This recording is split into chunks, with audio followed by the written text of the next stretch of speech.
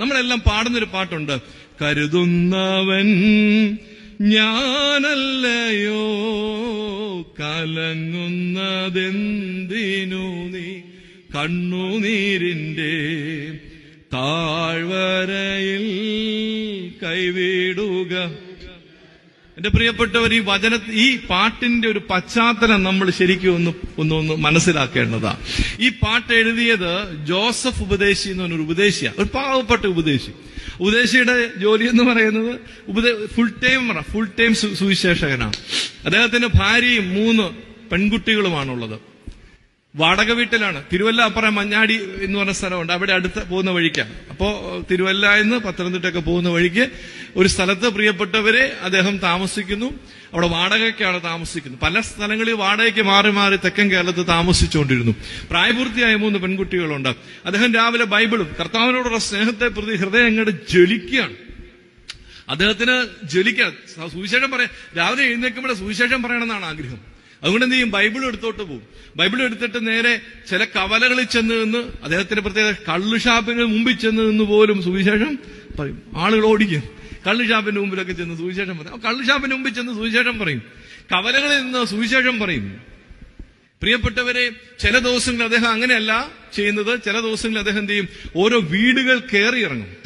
വീടുകൾ കയറി ഇറങ്ങി ഓരോ വീട്ടിൽ ചെന്നിട്ട് ചോദിക്കും, അല്പസമയം വചനം പറഞ്ഞോട്ടെ. ഉവ്വ എന്ന് പറഞ്ഞാൽ അദ്ദേഹം കയറിയിരിക്കാൻ പറഞ്ഞാൽ അകത്ത് കയറിയിരുന്ന് പറയും, അല്ലെങ്കിൽ മുറ്റത്ത് നിന്നുകൊണ്ട് അവരോട് വചനം പറയും.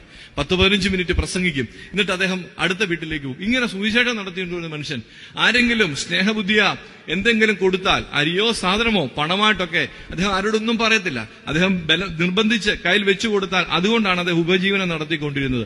അങ്ങനെയുള്ളൊരു ഉപദേശിയായിരുന്നു ജോസഫ് ഉപദേശി. പ്രിയപ്പെട്ടവർ, അദ്ദേഹം തിരുവല്ലാപ്പുറം താമസിക്കുകയാണ്. ഒരു വാടക വീട്ടിൽ താമസിക്കുന്നു. 5 മാസമായി. 5-ാം മാസമാണ് താമസിക്കുന്നത്. അപ്പോ 4 മാസമായിട്ട് അവിടെ താമസിക്കാൻ തുടങ്ങിയിട്ട് 4 മാസമേ ഉള്ളൂ. 4 മാസമായിട്ട് വാടക കൊടുത്തിട്ടില്ല, പട്ടിണിയാണ്. അപ്പൊ 5-ാം മാസമായപ്പോ അതിന്റെ ഓണർ വന്നിട്ട് പറഞ്ഞു, ഹൗസ് ഓണർ വന്നിട്ട് പറഞ്ഞു, അതെ എന്റെ ഉപദേശിയോട് എനിക്ക് സ്നേഹവും ആദരവും ബഹുമാനവുമാണ്, പക്ഷേ എനിക്കും ഒരുപാട് ബാധ്യതകളും പ്രാരാബ്ദമുണ്ട്. ഈ വാടകയൊന്ന് കിട്ടിയിട്ട് ഒരുപാട് കാര്യങ്ങൾ എന്റെ വീട്ടിൽ ചെയ്യാനുള്ളതാണ്. ദയവേ ഇത് ഉപദ്രവിക്കരുതെന്ന് പറഞ്ഞു. ഇത് ഉപദേശിക്ക് വലിയ സങ്കടമായി. ഉപദേശി പറഞ്ഞു, എനിക്ക് ഒരു 10-15 ദിവസം കൂടെ സമയം താ. അപ്പൊ 5 മാസം തികയും. 5 മാസത്തെ ഒന്നിച്ച് ഞാൻ വാടക തന്നോളാം. ഈ മനുഷ്യൻ ശക്തമായിട്ട് ദൈവസന്നിധിയിൽ ഈ ജോസഫ് ഉപദേശിയും കുടുംബവും തീഷ്ണമായിട്ട് പ്രാർത്ഥിച്ചുകൊണ്ടിരുന്നു. ആ പറഞ്ഞ ഡേറ്റ് എത്തി. 5 മാസം തികയുന്ന ഡേറ്റ് എത്തി. കൃത്യമായ ഹൗസ് ഓണർ വന്നു. ഹൗസ് ഓണർ വന്നിട്ട് പൈസയ്ക്ക് വേണ്ടി കൈ നീട്ടി. 5 പൈസ കയ്യിലില്ല. 5 പൈസ ഇല്ലെന്നല്ല, 2 ദിവസമായിട്ട് പച്ചവെള്ളം മാത്രം കുടിച്ചാണ് ജീവിക്കുന്നത്. പട്ടിണിയാണ് വീട്. 2 ദിവസമായിട്ട് പച്ചവെള്ളം മാത്രം കുടിച്ചാണ് ജീവിക്കുന്നത്. പട്ടിണിയാണ് വീട്. ഇതാണ് അവസ്ഥ. എന്ത് പറയാനാ, എന്ത് ചെയ്യാനാ അറിയത്തില്ല. ഈ മനുഷ്യൻ, ഈ ജോസഫ് ഉപദേശി കണ്ണുനീരോടെ വന്നിട്ട് പറഞ്ഞു, ഭാരപ്പെടണ്ട, നാളെ 2 മണിയാകുമ്പോൾ താങ്കൾ വന്ന് ഇതിന്റെ താക്കോല് ഞാൻ ഈ ഉത്തരത്തെ വെച്ചേക്കാം, എടുത്തു. ഞങ്ങൾ 2 മണിയാകുമ്പോൾ ഇവിടുന്ന് പൊക്കോളാം. ഉറപ്പായിട്ടും 5 മാസത്തെ കുടിശ്ശിക ഞാൻ എങ്ങനെയെങ്കിലും ഉണ്ടാക്കി തന്നോളാം. താങ്കൾ ഭാരപ്പെടണം, നാളെയും കൂടി ഞങ്ങൾ ഈ വീട്ടിൽ നിന്ന് ഇറങ്ങിപ്പോളാം. പ്രിയപ്പെട്ടവർ, അദ്ദേഹം ഒന്നും മിണ്ടാതെ തിരിച്ചുപോയി. ആ നിമിഷം മുതൽ മുട്ടയിൽ നിന്ന് പ്രാർത്ഥിക്കുകയാണ് കുടുംബം. ദൈവം ഒരു അത്ഭുതം പ്രവർത്തിക്കും. പക്ഷെ ഒരു അത്ഭുതം പ്രവർത്തിച്ചില്ല. പ്രത്യേകിച്ച് അത്ഭുതങ്ങളൊന്നും സംഭവിച്ചില്ല. പിറ്റേന്ന് ഉച്ചയ്ക്ക് 2 മണി, അപ്പൊ ഭക്ഷണം കഴിച്ചിട്ട് 3 ദിവസം അന്നേരം. ഉച്ച കഴിഞ്ഞ് 2 മണി സമയമായപ്പോൾ പ്രത്യേകിച്ച് ഒന്നും സംഭവിച്ചില്ല. അദ്ദേഹവും കുടുംബവും അദ്ദേഹം ഡ്രസ്സൊക്കെ, തുണി സാധനങ്ങളൊക്കെ എടുത്ത്, വലിയ ബാഗൊന്നുമില്ല, ഭാണ്ഡക്കെട്ട് പോലെ മറ്റു വലിയ തുണിയിൽ ബെഡ്ഷീറ്റിൽ കെട്ടി ഇദ്ദേഹവും ഭാര്യയും 3 മക്കളും കൂടെ വീട്ടിൽ നിന്ന് ഇറങ്ങി വളരെ സാവകാശം ഒരു 4 മണി സമയം കഴിഞ്ഞപ്പോ വളരെ പതുക്കെ മുറ്റത്ത് കുറെ നേരം ഇരുന്നു. അതിനുശേഷം കുറച്ച് താഴത്തെ മുറ്റത്തേക്ക് ഇറങ്ങിയിരുന്നു. അങ്ങനെ പതുക്കെ ഒരു 4 മണിയായപ്പോൾ ബസ് സ്റ്റോപ്പിൽ ചെന്നു. എങ്ങോട്ട് പോകണമെന്നറിയത്തില്ല. എങ്ങോട്ടെങ്കിലും പോണേ തന്നെ വണ്ടിക്കൂലിക്ക് നയാ പൈസ കയ്യിലുമില്ല. ബസ് സ്റ്റോപ്പില് ജോസഫ് ഉപദേശിയും ഭാര്യയും 3 മക്കളും കൂടെ, അതും പ്രായപൂർത്തിയായ 3 പെൺകുട്ടികളും കൂടി ഇരിക്കുക. ആളുകളൊക്കെ പോകുന്നവരൊക്കെ കണ്ട് ചിരിക്കുകയും ഉപദേശി എവിടെ പോവാന്നൊക്കെ ചോദിക്കുകയും ചെയ്യുന്നുണ്ട്. അതിനപ്പുറത്ത് ആളുകൾ അടുത്ത് വന്നൊന്നും ചോദിക്കുന്നൊന്നുമില്ല. സന്ധ്യയാകും തോറും ഉപദേശിയുടെ കണ്ണിൽ നിന്ന്, അദ്ദേഹത്തിന്റെ സാക്ഷ്യം എങ്ങനെയാണ്, കണ്ണിൽ നിന്ന് ശരിക്കും ചോരയാണ് വരിക. കണ്ണുനീരല്ല, ചോരയാണ്. കണ്ണുനീര് വറ്റി. എന്ത് ചെയ്യും അറിയത്തില്ല. തമ്പുരാനെ മാത്രം മുറുകെ പിടിച്ചുള്ള ജീവിതം എന്ത് ചെയ്യും അറിയത്തില്ല. ഇരുട്ടി തുടങ്ങി. ഈ സമയത്ത് ആ നാട്ടിലെ ഇത് പുതുപ്പണക്കാരനായ മനുഷ്യൻ, എന്തിനാ പക്കാ കർഷകനായിരുന്നു. മക്കള് 2 പേര് മിടുക്കരായിരുന്നു. മൂത്തവൻ പഠിച്ച് സ്കോളർഷിപ്പ് കിട്ടി അമേരിക്കയ്ക്ക് പോയി, നല്ല ജോലി കാര്യം പഠിച്ചു ജോലിയായി. ഇളവനെ കൊണ്ടുപോയി, അവനും അവിടെ നല്ല ജോലിയായി. മൂത്തവന് അവിടെ നല്ല രീതിയിൽ നല്ല അവിടെ വീടായി, നാട്ടിലൊരു ഭയങ്കര വീട് വെച്ചു. അനിയനും തൊട്ടിപ്പുറം മറ്റൊരു വീട് വെച്ചു. 2 വീടിൽ നിർത്തി 2 വീടായി. സ്ഥലമൊക്കെ കുറെ മേടിച്ചു. മൂത്തവൻ വിവാഹം കഴിച്ചു. ഈ സാഹചര്യത്തിൽ നല്ല സമൃദ്ധി ജീവിക്കുന്ന ഒരു മനുഷ്യൻ, എന്നാ ദൈവാശ്രയമുള്ള മനുഷ്യനാണ്. ഇദ്ദേഹം ഇടയ്ക്ക് ഉപദേശി ആ വീടിന്റെ വാക്കുകൂടെ പോകുമ്പോൾ വീട്ടിലേക്ക് വിളിച്ചു കയറ്റി വചനം കേൾക്കുകയും അദ്ദേഹത്തിന് ചില സഹായങ്ങളൊക്കെ ചെയ്യുകയും ചെയ്യുമായിരുന്നു. അപ്പൊ ഈ ഉപദേശി അദ്ദേഹം ഇടയ്ക്ക് തന്റെ ഒരു വേലക്കാരനെ കൊണ്ട് നടന്നു പോകുന്ന വഴിക്ക് ഈ ബസ് സ്റ്റോപ്പിൽ ഇങ്ങനെ ഈ ഉപദേശിയും കുടുംബം ഇരിക്കുന്നതൊക്കെ കണ്ടു. പക്ഷെ ശ്രദ്ധിച്ചില്ല, അങ്ങ് പോയി. തിരിച്ച് സന്ധ്യയായി പോകുന്നപ്പോൾ അതേപടി ഇരിക്കുന്ന കണ്ടപ്പോൾ അടുത്തേക്ക് എന്നിട്ട് ചോദിച്ചു, എന്താ പറ്റി ഉപദേശി, കാര്യം എന്താ ഇങ്ങനെ ഇരിക്കണേ? അതേപോലെ ഒന്നുമില്ല.